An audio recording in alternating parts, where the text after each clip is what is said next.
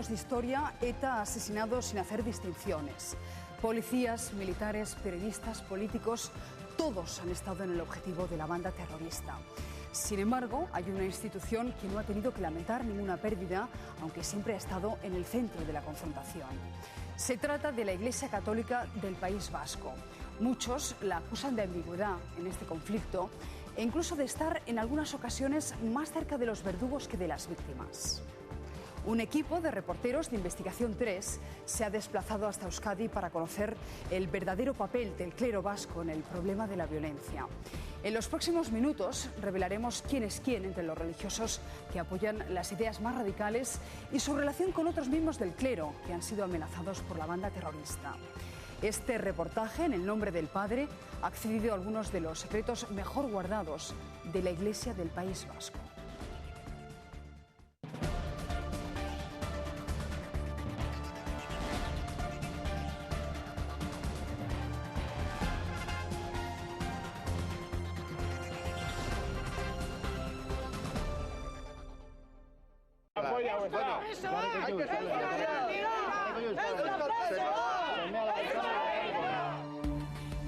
Año 2002. Con ETA en plena actividad, unos reporteros acompañan a una víctima de la banda terrorista a solicitar una misa conmemorativa por un familiar. En aquellas fechas, la Iglesia vasca era acusada por algunos de estar más cerca de los verdugos que de las víctimas. La escena tiene lugar en una parroquia de la localidad de Oyarzun, en Guipúzcoa. Es que queríamos saber si hay posibilidad de pedir una misa aniversario con una persona. Aniversario... Es su muerte, es una víctima de terrorismo. Ah, sí. Bueno, eso en una misa no, de una misa aparte no. Dentro de una misa se le menciona al difunto y eso. Pero una misa aniversario en conmemoración de esto... No, es así especial, no. Sea de una o de otra. Aquí no hay que... Aquí tenemos particularidades, o sea de un bando o sea del otro. No. Eso tiene, para mí tiene un sentido, pues una víctima de terrorismo, un terrorista que ha muerto, también tiene sus derechos. O sea que una víctima de terrorismo y un terrorista muerto para la Iglesia es lo mismo. Es lo mismo. Es lo mismo. Eso unos ven de una forma u otra y es una cosa muy complicada, que tiene sus connotaciones sociales y tal, pero si no es lo mismo. Jesús, en la Eucaristía, fue víctima de un terrorismo. O sea que no hay ninguna posibilidad que podamos hacerla. No, sí, según dice eso, sí, según ese planteamiento. ¿Ha cambiado la Iglesia en Euskadi? 4 años después de esta grabación, un equipo de periodistas se infiltra en lo más profundo de la Iglesia vasca para comprobar si las cosas han cambiado. Cuando se habla de un posible fin de ETA, es necesaria la cámara oculta para mostrar la verdadera cara de un sector eclesiástico que en ocasiones se ha mostrado muy cercano a la banda terrorista. Sacerdotes nacionalistas, sacerdotes de la izquierda radical abertzale, sacerdotes amenazados y sacerdotes condenados por pertenencia a ETA. Los pilares de la Iglesia vasca se construyen y se justifican en el nombre del Padre. Nuestra investigación arranca en Socoa, en el sur de Francia, lugar de reunión de etarras durante los años 70. En su parroquia se practicaban huelgas de hambre y se ensayaban torturas por si eran detenidos por la policía franquista. Por Socoa pues pasábamos todos pasábamos por ahí, porque el padre Larzábal tenía siempre cosas para contar y siempre dispuesto a ayudar y siempre dispuesto a todo. Fue fundador del movimiento en Bata, de Iparralde, y fue un resistente hasta su muerte, ¿no? O sea, en esta iglesia pues se hacían todos los funerales por todos los etarras, que fueron un montón. El párroco de Socoa en los años más duros de ETA era el padre Larzábal, un clérigo que defendía las posturas más radicales de la banda armada. Este sacerdote se encargó de oficiar funerales en memoria de etarras, entre ellos el de Chiquía, el primer cura pistolero de ETA que fue abatido a tiros por la Guardia Civil en 1973. Una violence qui est organisée et légalisée. Et il peut y avoir une violence, sino que c'est la réaction contre cet état de violence permanente À ce moment-là, la violence appelle la violence. Con estos antecedentes, concertamos una cita con el actual párroco de Socoa, su nombre Miquel Epalza. Este sacerdote, hijo de padres exiliados durante la Guerra Civil, nos cuenta cómo es su relación con los miembros de la banda terrorista.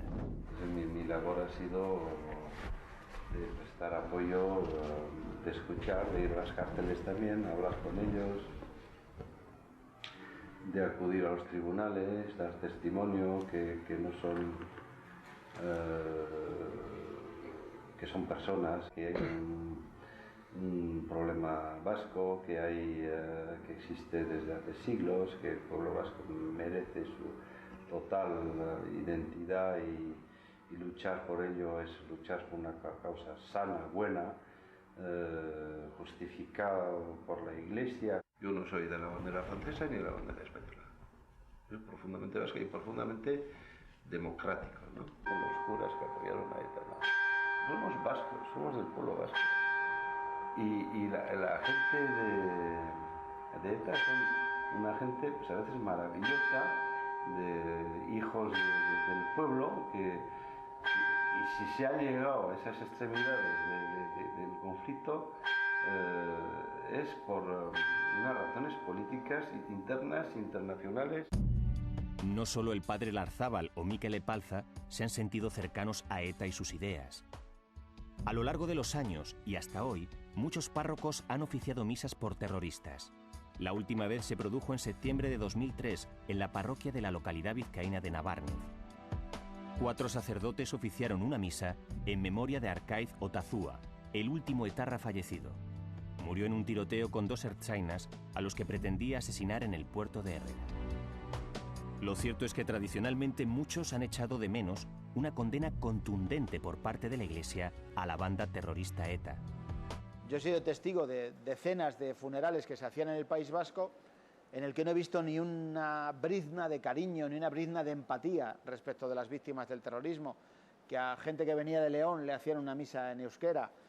Yo creo que la Iglesia vasca ha tenido una incapacidad de empatía, una incapacidad de ponerse en el lugar del que más sufre, que es su obligación. Tras el asesinato de José Luis López de la Calle, Monseñor Uriarte aprovechó el funeral para pedir el acercamiento de los presos, para dirigirse al ministro de los presos de ETA, para dirigirse al ministro que estaba allí en primera fila y sin ambajes de ningún tipo, directamente le pidió el acercamiento de los presos. Bueno, la sensación de indignación que sentimos, yo estaba al lado de Fidalgo, el líder de Comisiones Obreras, vi también el rostro de Enrique Mújica, que luego me dijo, pues estaba a punto de salirme, ¿no? Claro, es lo peor que puedes imaginar, que te asesinen por defender unas ideas y que el oficiante, el que está diciendo la verdad, aproveche esa circunstancia para abogar por tus asesinos. ¿Trata igual la Iglesia vasca a las víctimas y a los verdugos? Acudimos con la viuda de un importante político socialista asesinado por ETA, a la que protegemos la identidad, a diferentes parroquias del País Vasco para intentar celebrar una misa en su memoria. Hemos visto cómo lo intentamos hace 4 años con el párroco de Oyarzun, sin ningún resultado. Hoy, cuando se habla de un posible fin de ETA, queremos repetir la experiencia y comprobar si las cosas han cambiado. En la primera iglesia a la que acudimos nos atiende el ayudante del párroco. Buenos días. No, no está. ¿Qué deseaban? Pues mire, yo quisiera encargar una misa. Soy víctima del terrorismo. Sí. Estoy muy desvinculada de mi ciudad. Pues eso ya lo veo un poco difícil, no por mí, ¿eh? ¿Qué pasa? Que en esta iglesia no dicen los nombres. Pues yo en Madrid no tengo ningún problema. Aquí no dicen apellidos. Yo le estoy diciendo un poco privadamente. Yo no quiero asegurarle si va a decir sí o no, pero como sé un poco la gente de cómo tira por uno y por otro, pues ya me atrevo un poco pues a... Oiga, pues es pedir por un alma. Ya, un alma, además, no, que no hay pero, derecho a nadie. pero me refiero, no, claro que no tiene ningún derecho. Y menos derecho el que la gente de iglesia se calle. Es que aquí no se nombra ninguna víctima. Usted sabe de sobra nada. No, yo me largo porque estoy incómoda. Lo que pasa que ahora... La iglesia vasca como es. Tenga usted en cuenta que en 30 años el único que ha dicho algo a su manera era el obispo. Que cada vez ¿Qué obispo? El Setién, que cada vez que decía algo contra el terrorismo era para decir algo contra Susto, los otros. usted me nombra la llena. Que aquí, sí, Susto, pero para susto. mí eran más llenas los otros, porque aquí en 30 años la Iglesia no ha dicho, la Iglesia me refiero a los sacerdotes, de misa diaria, de sábado, de domingo, no ha dicho ni pío en 30 años. Ni pío. Después de las explicaciones nos dirigimos a hablar con el párroco. Tras pasar varios filtros, conseguimos hablar con el sacerdote. ¿Por qué fue muerto? El nombre solemos dar. ¿Y por qué fue muerto no? Pues normalmente no solemos dar eso, o sea, pedimos pues por plano de tal, podemos decir pues que fue asesinado, pues sencillamente. ¿Pero asesinado por ETA? Eso no solemos especificar. Así como no especificamos tampoco normalmente pues los apellidos tampoco. Ya. Decimos pues el nombre. Lo que pasa es que yo soy muy rebelde. Y estoy muy cabreada y vuelvo a decir mi situación. Aquí ponte tú una bandera española, aquí provocas. Tú a ellos les puedes ver todo, escuchar todo, oír todo lo que a ellos se les ocurra, pero tú aquí provocas, porque eres el malo. Encima eres el malo. Entonces, si usted no me asegura que vayan a dormir Loreta, yo ya veré en esa madre, porque le hago muchas. Pues misa, si quieres, sí que le podemos dar. Pero no me asegura lo de asesinado por ETA. No solemos dar las calificaciones. Cuando es funeral, sí. Yo es que lo llevo todo tan mal, y estoy tan mal, que si no dicen muerto por ETA, prefiero no hacer la misa aquí. Es una cuestión de principio por mi parte, porque yo digo, bueno, pero vamos a ver, ¿por qué no pueden decir eso? Cuando es verdad. No, es que no se dice normalmente en ningún. O sea que solamente el día del funeral, el primer aniversario, y ya el segundo, tercero, nada, ya. Ya, como le murieron, ya está bien muerto. No, en todos los casos, o sea, ya se celebra la Eucaristía, pero, ¿cómo le diría yo? Pues es una Eucaristía en la que no está tan especificado su esto, pues la causa de la muerte, la familia, el esto, pues no. En esta iglesia no mencionan a las víctimas de ETA. Hacemos un segundo intento y nos acercamos a otra parroquia de Guipúzcoa. Hola, buenos días. Pues mire, yo soy víctima del terrorismo y yo quisiera hacer una... Un segundito, decimos el nombre de pila, pero no... ¿Qué pasa con la misa? ¿Es una orden o...? No, una orden no. La prudencia y lo que decimos es el nombre. Pero no podemos hacer, diríamos, juicios de valor. No se dan orden de todas las hipótesis posibles que pueden ocurrir en el mundo. Se hace así y ya está. Yo no te sé decir muchas razones, pero no se hace. Pero... Y a veces son como me parece todo calladas. tan indecente. Sí. Tan indecente. Y le voy a decir una cosa. Mira, los curas actuamos distinto porque antes somos hombres políticos que curas. Ya. Antes. Ya. Y los obispos también. Es que la iglesia aquí está totalmente con eso. ¿En Madrid no está? Pero aquí está escorada, muy escorada para el lado de los asesinos. Son gente del pueblo, somos los curas, es gente del pueblo y sintoniza con el pueblo y con su familia y con la gente. Y somos de ahí. Como decía el otro, metes el cazo y sale lo que hay en la cazuela. Pero el cura es un cazo que sacas. No somos tan generales, nada. Después de varios intentos, parece que nada ha cambiado. La Iglesia vasca continúa con su polémica postura de ambigüedad frente a las víctimas del terrorismo. Una controvertida actitud que tiene un máximo exponente, el hombre que ordenó que en las misas conmemorativas solamente se señalara el nombre del muerto, sin decir en ningún caso que esa persona había sido asesinada por ETA. Su nombre, José María Setién.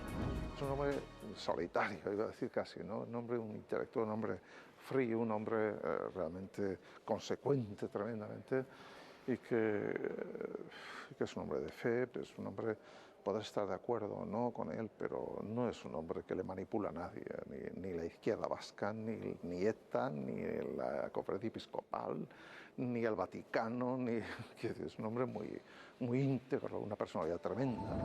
Obispo titular de San Sebastián entre 1979 y 2000, gran defensor de las tesis nacionalistas y en la actualidad, miembro del Consejo Asesor del Lehendakari Ibarretxe. José María Setién, para la izquierda abertzale y para los sacerdotes abertzales, que son la mayoría en Euskadi, es el gran pastor. Es el pastor que ha defendido los derechos del pueblo vasco. Y eso no se va a ver nunca. Y algún día La historia reconocerá que José María Setién fue el gran pastor que llevó a su pueblo, o a una parte de su pueblo, hacia la autodeterminación. Setién pone en el mismo ámbito a la policía, a ETA y a los partidos políticos.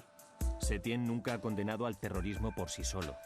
Ha aprovechado para condenar también los actos del Estado contra los terroristas. Según él, ha adoptado una postura intermedia para no tener problemas con nadie, y porque para él eso es la justicia, estar en el punto medio. Una persona totalmente partidista, es una persona que antepone su condición de cristiano, por supuesto, la de nacionalista. Ser nacionalista para él es, yo creo que lo tendrá al mismo nivel, yo creo que es más como una prioridad, ¿no? Y como una persona que es totalmente partidista y luego que un falso y un incoherente con la religión o con la creencia que él dice practicar, ¿no? Consuelo es hermana de Gregorio Ordóñez, el concejal del PP asesinado por ETA el 23 de enero de 1995 en San Sebastián. En el funeral del político del PP, la familia Ordóñez tuvo su primer grave desencuentro con José María Setién, encargado de oficiar la ceremonia. No dijo ni una sola vez el nombre del fallecido. Hay unos nacionalistas, por supuesto, integristas, fanáticos, radicales que utilizan y justifican la violencia, y otros que miran hacia otro lado, como ha sido Setién y ha sido la Iglesia, y que se sienten más cercanos con los verdugos por una cosa, porque como ellos priorizan el ser nacionalista, ellos arropan precisamente a nuestros verdugos, pero nunca, jamás en la vida se han dirigido a las víctimas del terrorismo. Desde el año 2002, en el que la mujer de Gregorio Ordóñez, Ana Iríbar, se marchó del País Vasco, la hermana del político del PP solicita las misas conmemorativas por su hermano. Yo no quiero suplicar una misa, yo lo hago por mi hermano, porque era creyente y se murió así, creyente y practicante, pero yo no quiero suplicar una misa. Mi hermano no se ha muerto como cualquier feligres, no se ha muerto de un accidente de circulación, no se ha muerto de cáncer. A mi hermano lo han matado, lo han asesinado. Yo me ofrecí para celebrar yo mismo el funeral. Y hubo algunos miembros de la familia que no querían. Y hubo un cura que recientemente fallecido, que era un curso posterior al mío, que les convenció a aquella familia de la barbaridad que iban a hacer si es que, habiéndose ofrecido el obispo a celebrar el funeral, porque ellos no querían, no se iba a celebrar. Y de hecho lo celebré yo. Gregorio Ordóñez fue, para José María Setién, una víctima de ETA dentro de las filas de Ciudadanos de España. Pero para él hay más víctimas, las que propicia el Estado dentro de las filas de ETA. A esas no tiene inconveniente en defenderlas. Tampoco la familia Ordóñez se tiene que molestar, porque, aun cuando le haga daño, por el hecho de que yo defienda los derechos de unas personas que están en la situación en que están y no dejan de ser personas, y por tanto es necesario defender los derechos suyos, porque va a resultar entonces de que los presos no tienen ningún derecho. Un obispo polémico, que según las víctimas ha propiciado el alejamiento de la Iglesia vasca de todos aquellos que no son nacionalistas. Para comprobar qué esconde Setién, nos hacemos pasar por estudiantes de Derecho que preparan su tesis doctoral. Nos recibe en su despacho, ajeno a nuestra condición de periodistas, nos muestra su verdadera cara. Es una manifestación de ese, digamos, problema que muchos vascos sienten en relación con sus relaciones con España. Y mientras eso no se distinga, pues no entenderéis nunca lo que está pasando aquí. A través de las condenaciones se consigue. Y además, pues frecuentemente las condenaciones pues provocan unas reacciones favorables a los condenados por el derecho de ser condenados. La Iglesia vasca está politizada. Ante esta afirmación, Setién se defiende atacando a la Iglesia española. No es un problema para la Iglesia que haya sacerdotes tan beligerantes. ¿Tan españolistas? No, tan nacionalistas. Sí, tan españolistas. Para mí más problema es que yo tenga un obispo que es nada menos que cardenal, arzobispo de Toledo, y que mantenga las posiciones en relación con una posible evolución política del País Vasco en relación con España, que bueno, eso a mí me hace más daño de lo que pueda un cura evitar. Es que muchas veces da esa sensación, ¿no?, que la Iglesia en el País Vasco está como muy politizada. no más de lo que está politizada la Iglesia española. Como a los sacerdotes y a los obispos de aquí les llama la atención que otros sacerdotes de España estén vinculados al PP como están. Yo no digo que los nacionalistas no puedan aspirar a una soberanía, pero ojo con ejercerla de la misma manera que se ejerce la soberanía española en relación con el País Vasco. Pero si por las vías legítimas, políticas, procedimientos pacíficos, hay un partido que pretende la secesión de España, ¿eso es pecado? El obispo emérito de San Sebastián mantiene una actitud distante con las víctimas.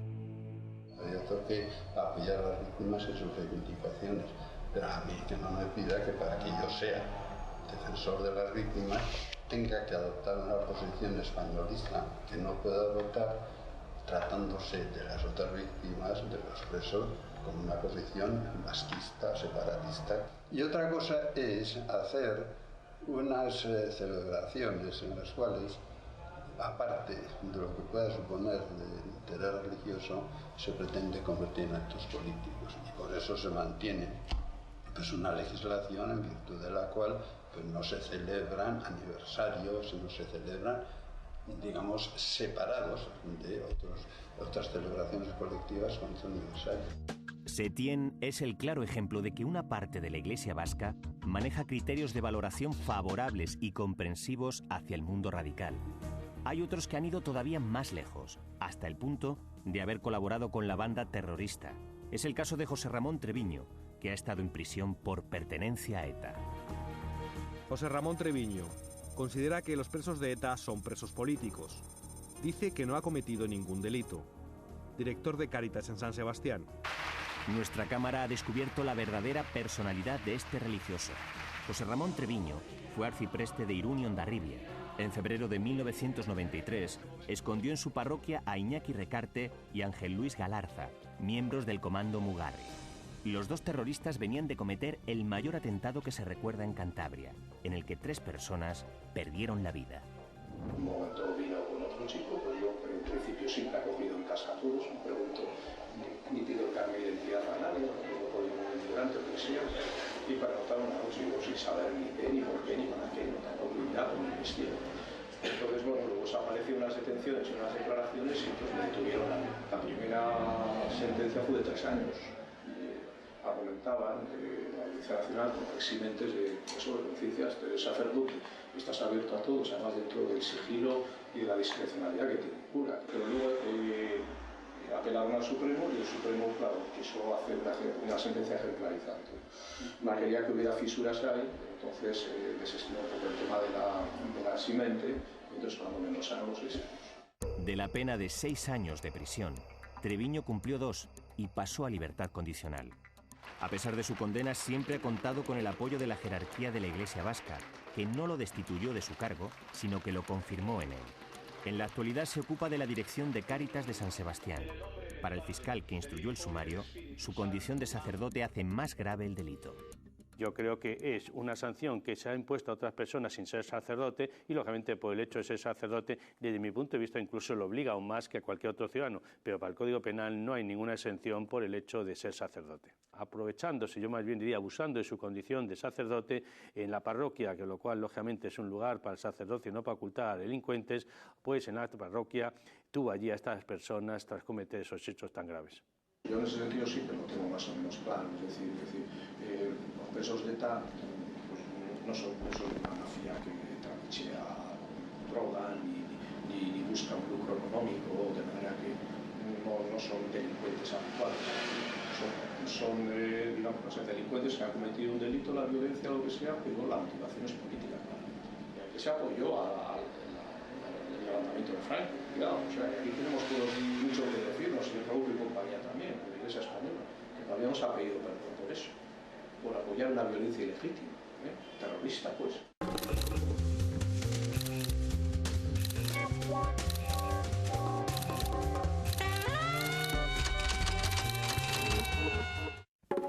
¿Eres de los que saben todas las... Vamos ahora a conocer a otro cura que ha tenido problemas con la justicia por su relación con ETA. Bye. Hola, buenas tardes. ¿Venía a ver a Chema Uzmendi? La cita tiene lugar en el Centro Jesuita de San Sebastián.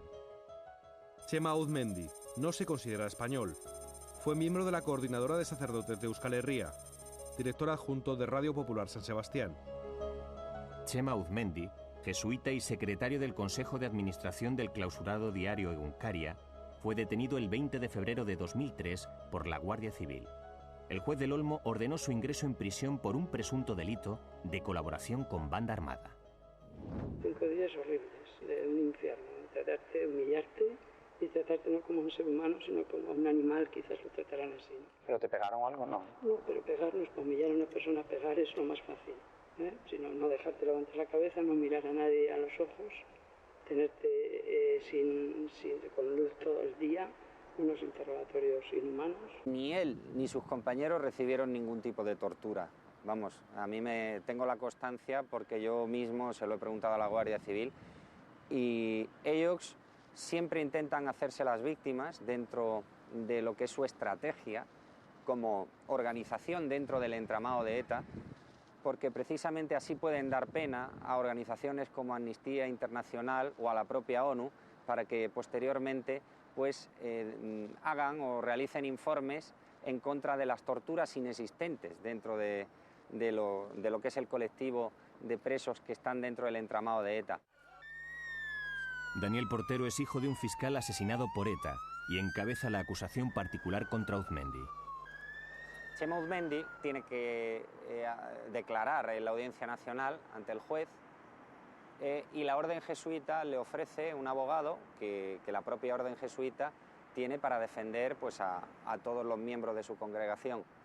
Txema Auzmendi rechaza a ese abogado y él prefiere que le defiendan los abogados de la izquierda abertzale, que coinciden ser los abogados que defienden a todos los asesinos de ETA. Yo creo que es un dato muy significativo de su conciencia de estar antes con los verdugos que con las víctimas del terrorismo. Auzmendi fue puesto en libertad bajo una fianza de 12.000 euros. Todavía no se ha celebrado el juicio. Curiosamente, su defensa ha sido asumida por la Compañía de Jesús. Este polémico jesuita, que ha pertenecido a la Coordinadora de Sacerdotes de Euskal Herria y además ejerce como director adjunto en Radio Popular de San Sebastián, se escuda en la guerra civil, el GAL y el terrorismo de Estado para apoyar sus teorías pro-ETA. O sea, yo no me siento, tal como estoy yo viviendo ciudadano español, lo soy porque no tengo, si no tendría que renunciar, ¿no? Hay una concepción de Estado que no permite, o al menos no facilita, el que mucha gente nos sintamos a gusto. Hay un modo de entender el pueblo vasco desde la concepción del Estado que no me deja respirar y que no está hablando. Yo he sufrido, claro, el no poder hablar la lengua, ni en la escuela ni en la calle. O sea, claro, ¿Tú preferirías tener un DNI vasco? Yo un DNI vasco y uno europeo me bastaría. Yo no necesito. Pero entonces renuncias, o sea, tú renuncias al Estado español. Sí, no tendría ningún inconveniente. Vivir en Europa siendo vasco y sin ningún problema. ¿Tú crees que la Iglesia Vasca tiene que pedir perdón? Bueno, pedir a la Iglesia Vasca eso cuando ha habido toda una Iglesia española incapaz de pedir perdón para nada. Han bendecido una cruzada con 1 millón de muertos. Me parece que es mucha broma. Tras la entrevista con Auzmendi, entramos de lleno en la Coordinadora de Sacerdotes de Euskal Herria, punto de encuentro de los religiosos de la izquierda más radical.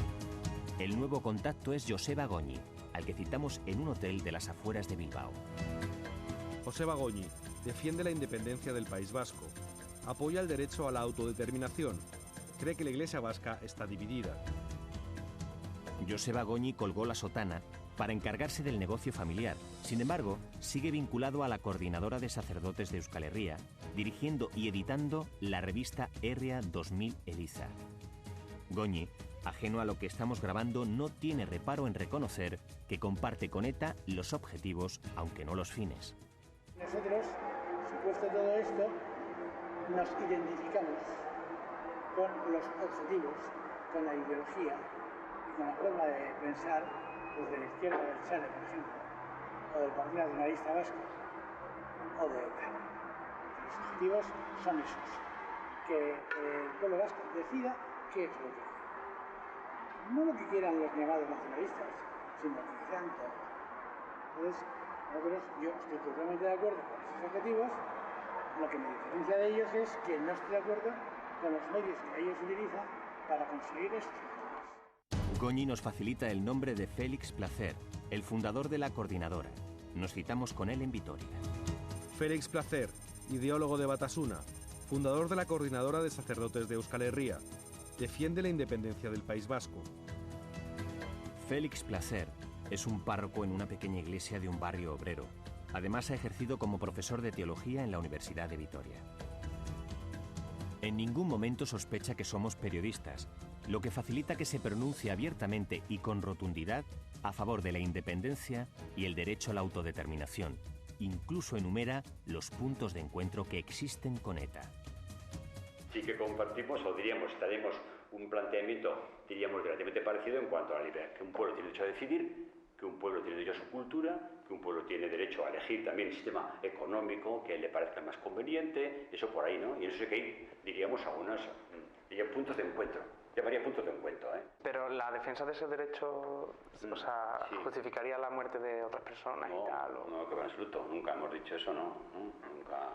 Eso es otra cosa diferente. Eso ya un determinado sector, ETA concretamente, pues sí que optó por lucha armada, para defender unos determinados intereses, derechos, etcétera, ¿no? Pero nunca nos hemos identificado, ni mucho menos, con la lucha armada de ETA, con la violencia, con el terrorismo, ni de un lado ni de otro. Bueno, sin embargo, sí que hay sacerdotes con escolta. A ver, de Marauri... Jaime Larriñaga, Fernando Cortázar y Antonio Berizay, ¿no? ¿Tiene escolta? Bueno, sí, los tres. Sí, tiene escolta. Seguro te cuesta que tiene. Sí.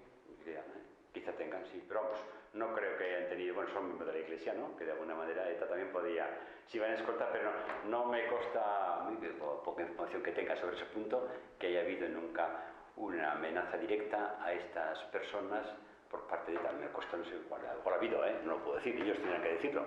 Nos queda por conocer a uno de los sacerdotes más controvertidos.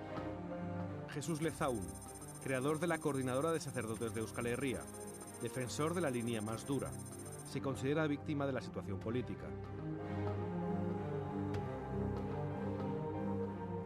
En su currículum cuenta con el honor de haber refugiado en su casa en los años 70 al actual dirigente de ETA, Josu Ternera. Además de esconder a terroristas, este sacerdote navarro es uno de los firmantes de la Carta de los 358 sacerdotes en contra de la ilegalización de Batasuna. Algunos dicen que es el patriarca de los curas abertzales.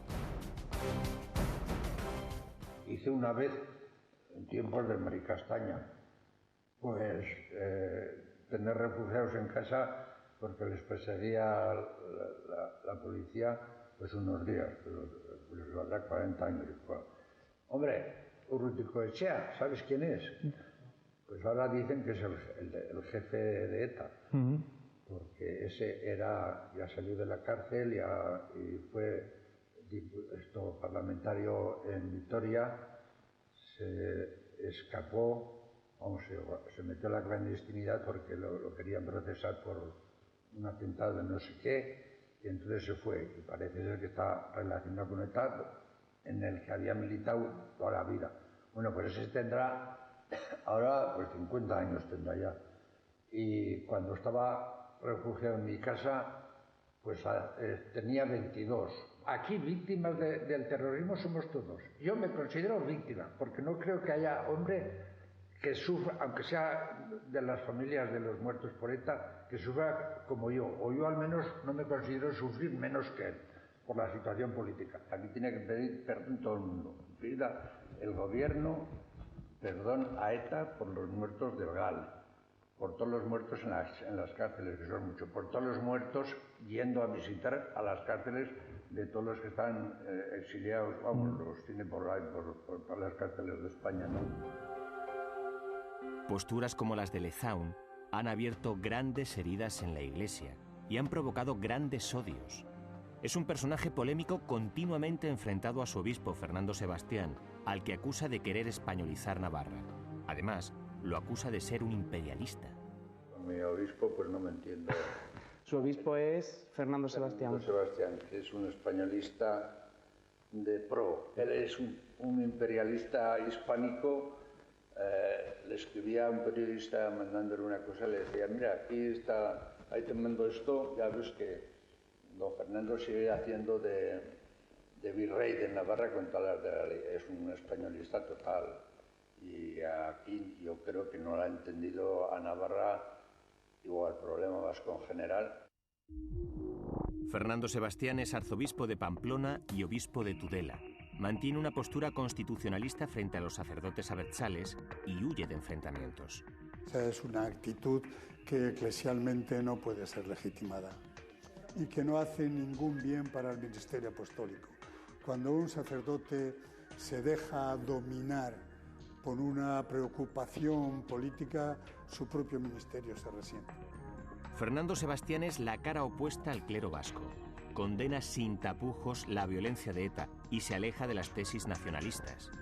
No se puede hablar de bandos porque aquí el que mata por la espalda es solamente uno, ¿no? La sociedad se defiende de estas agresiones pues, persiguiendo policialmente a los asesinos, a los que están dispuestos a matar para imponer su voluntad, su pretendida voluntad política. No es lo mismo una persona que hace su vida pacíficamente y que por ser funcionario, por ser abogado, por ser rector de la universidad, un día le pegan un tiro en la nuca, no es lo mismo que el que ha muerto queriendo poner unas bombas, ¿no?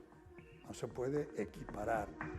El conflicto ideológico con los miembros de su propia iglesia le lleva a él y a otros sacerdotes no solo al rechazo, sino también a implicarse en el apoyo incondicional a las víctimas. Algunos religiosos se han atrevido incluso a entrar en la política activa. El 14 de marzo de 2003, en un local viejo de Bilbao, 4 jóvenes sacerdotes que no pertenecen a los sectores más ideologizados de la Iglesia vasca anunciaron su presencia en las listas electorales de PP y PSE. A raíz de unos cuantos asesinatos, pues llegamos a la conclusión de que algo más había que hacer que hablar, y entonces nuestra conciencia nos pidió hacer un gesto, y el gesto se concretó pues yendo con unos partidos que expresamente estaban amenazados por ETA en ese momento. Por el hecho de estar amenazados, concejales y personas políticas pues no podían completar las listas, y fue pues un hecho de solidaridad y de apoyo a esas personas en concreto. Eran Jesús Sánchez Maus, Luis María Vega, Pablo Villarroel y Antonio Basagoiti Azpiarte. Ninguno ocupaba cargos de responsabilidad en la curia. Entraron en política tras el asesinato del policía municipal Joseba Pagazortundúa, el 9 de septiembre de 2002, en la localidad de Andoain. Sánchez Maus fue en el último puesto de las listas del PSE por la localidad de Ermua, donde en 1997 fue asesinado Miguel Ángel Blanco. Hay un pecado que es el de omisión, ¿no? O sea, no vale solamente con hacer cosas malas, sino que también cuando uno deja de hacer cosas buenas, eso también es pecado. La Iglesia debería aplicarse eso que rezamos en la misa, en el yo confieso, y aplicarse el pecado de omisión. Fernando Cortázar fue el primer sacerdote vasco en llevar escolta. Tenía ciertas papeletas para que se me pusiera en alguna lista que hizo posible que en un momento determinado el Ministerio del Interior me pusiera una escolta ya hace más de 5 años. Era el año 2001. A diferencia de otros compañeros jesuitas, Cortázar no ha sido privado de su libertad. No tenía parroquia de la que lo pudieran echar. Yo entiendo que no he recibido el mismo apoyo que probablemente ha recibido alguno de ellos, con nombre y apellidos, que además quizás ha sido presentado como una especie de gran liberador, como una especie de gran interés y de gran apoyo a ese mundo marginado que ellos se creen que son este mundo muchas veces de ETA o los secuaces de ETA. Junto a Cortázar, es tristemente célebre el caso del cura de Maruri, Jaime Larrinaga, que tuvo que abandonar el pueblo donde había llevado a cabo su ministerio durante 34 años. Se iba por ser fiel a sus ideas, por haber denunciado la connivencia de los nacionalistas con los fines y los objetivos de los terroristas. El nacionalismo me apuntó como persona no grata para el nacionalismo, como persona contraria al País Vasco, porque confunde, ahí está el gran pecado, el gran error del nacionalismo, confundir nacionalista con vasco. Ya me habían puesto en la diana de ETA para cometer incluso cualquier atentado. El nombre de Jaime Larrinaga Apareció en los papeles intervenidos el 19 de diciembre de 2002 por la policía francesa al terrorista Ivón Fernández Iradi, alias Susper. Me daban facilidades, por parte de la jerarquía eclesiástica me daban facilidades. Me insistían que lo más importante era mi seguridad. Me daban facilidades para poder salir de la diócesis a cualquier sitio. Yo aguanté un año con escolta. Antonio Beristain es de San Sebastián y pertenece a la Orden de los Jesuitas. Beristain es crítico con la Iglesia vasca. Enfrentado a Setién, se le prohibió predicar en público por no compartir las tesis nacionalistas. A mí lo único que me dijo Setién es, mira, ha venido un párroco nuevo y para que él pueda reorganizar la parroquia, pues quiero que no vayas tú ahora a esa parroquia. Si él te quiere llamar, que te llame. Y luego yo le dije, ¿me podías dar algo de esto por escrito? Y me dijo, no hace falta. Sostiene que la Iglesia debe pedir perdón por no haber defendido suficientemente el cumplimiento del quinto mandamiento: no matarás. El fin no justifica nunca los medios. Un asesinato nunca tiene justificación. Y un deseo de que un pueblo tenga su constitución, su libertad, su independencia, etc., no justifica un asesinato. Antonio Beristain está amenazado por ETA desde el 2002. Recibió una calavera en su casa amenazándolo de muerte. Señor Beristain y Piña, sus posturas públicas inequívocamente favorecedoras del Estado represor español han provocado el hartazgo en Euskal Herria, por lo que es usted objetivo de nuestra organización. En tal sentido, le invitamos a que abandone Euskal Herria, o en caso contrario, será objetivo militar. Gora Euskadi ta askatasuna. Es la primera vez que me entero que dice que esa amenaza. Ah, no lo sabía usted. Pues lleva guardaespaldas y todo.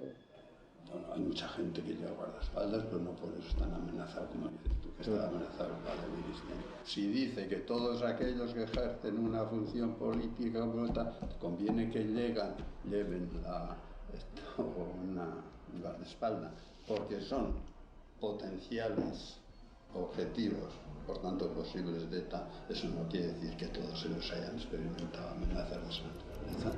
¿Qué tiene que decir la Conferencia Episcopal a todo esto? Tratamos de concertar una cita con alguno de sus responsables. Quería hablar con el portavoz de la conferencia. Yo sí que se lo pregunto aquí al director, pero ya te digo que va a ser difícil, porque normalmente, no se hacen declaraciones de otras diócesis ni de esos temas, ¿sabes? Ante la negativa nos trasladamos a la sede de la Conferencia Episcopal. Veníamos a ver si nos podían hacer algún tipo de declaración. Aquí nos parece un poco fuerte que haya sacerdotes en el País Vasco que digan que coinciden con los objetivos de ETA. Y la Conferencia Episcopal es que no puede hacer documentos, puede todos los documentos que tienen sobre el terrorismo y tal, pero lo que no puede es luego como meterse en cada diócesis. No se actúa así, o sea, como declaraciones ahora pues para un programa no sé qué, pues que no lo van a hacer. O sea, que yo lo siento. Más que ¿no? Sí, sí, ahí fuera. Si estáis fuera y les pilláis en la calle... Pues nos vamos entonces. Lo siento. Pues muchísimas gracias. Nada, vale. Este reportaje ha descubierto lo que ocurre dentro de la Iglesia vasca. Ante todo esto, la Conferencia Episcopal Española prefiere guardar silencio.